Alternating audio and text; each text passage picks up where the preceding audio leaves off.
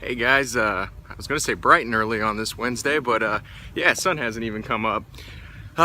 It's about 5:30 out on the track.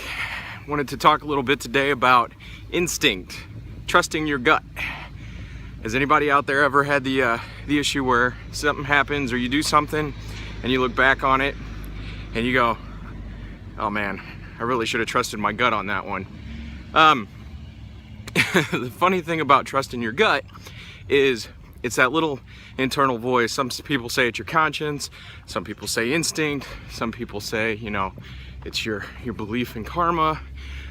But whatever your definition of it is, get the lights, whatever your definition of it is, it's like an internal guidance system. And how that works,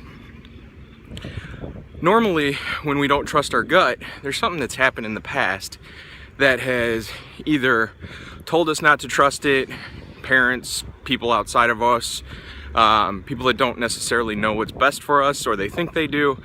They think that know what's best for us. And sometimes we just don't trust ourselves. And so how that works, we learn over time not to trust it because we don't think it'll be the best outcome for us. And that's us trying to predict the future. Let me give you a story that I heard. So there's this farmer, and he had a horse. And the horse was kind of a, pain in the butt, but he always did what he was supposed to. And one day, the horse jumped the fence and ran away. Well, the farmer's neighbor came up and he goes, oh man, that's bad luck. You had your horse run away. The wise old farmer says, I don't know if it's bad luck. I'm just gonna deal with what happened and move on. And that was his instinct saying, I can't judge this. Let's see how it works out. So the next day, the horse brings back another horse, a wild horse, a Mustang. The farmer's neighbor comes back and says, man, that is super lucky. You got another horse. And you just had one leave yesterday. Wise old farmer says, I don't know if it's good luck or not yet. Let's see how it turns out. So, next day, the wise farmer's son is trying to train this new Mustang. And he bucks him off, and he breaks the son's leg. Of course, neighbor comes by and he, because they talk every day apparently, and the neighbor says, man, that's just bad luck. He broke your son's leg. Wise old farmer says, it may or may not be bad luck. That's not for me to say. I'm just gonna see what happens. So finally on the next day, so this is 5 days after the horse originally ran away, the military of this town comes through. I guess this is back in the day when they, they go through towns and they draft right on the spot. I don't know what country it is, etc. But you get the point. Military comes through and they look at his son's leg and say, well, we're gonna draft the youngest and the best, but it looks like your son's leg's broken, so we're gonna have to pass on him. And they leave, and of course, the neighbor comes by and says, oh man, that is so lucky. If he hadn't broken his leg, he would have gotten drafted into the military, and who knows what happens.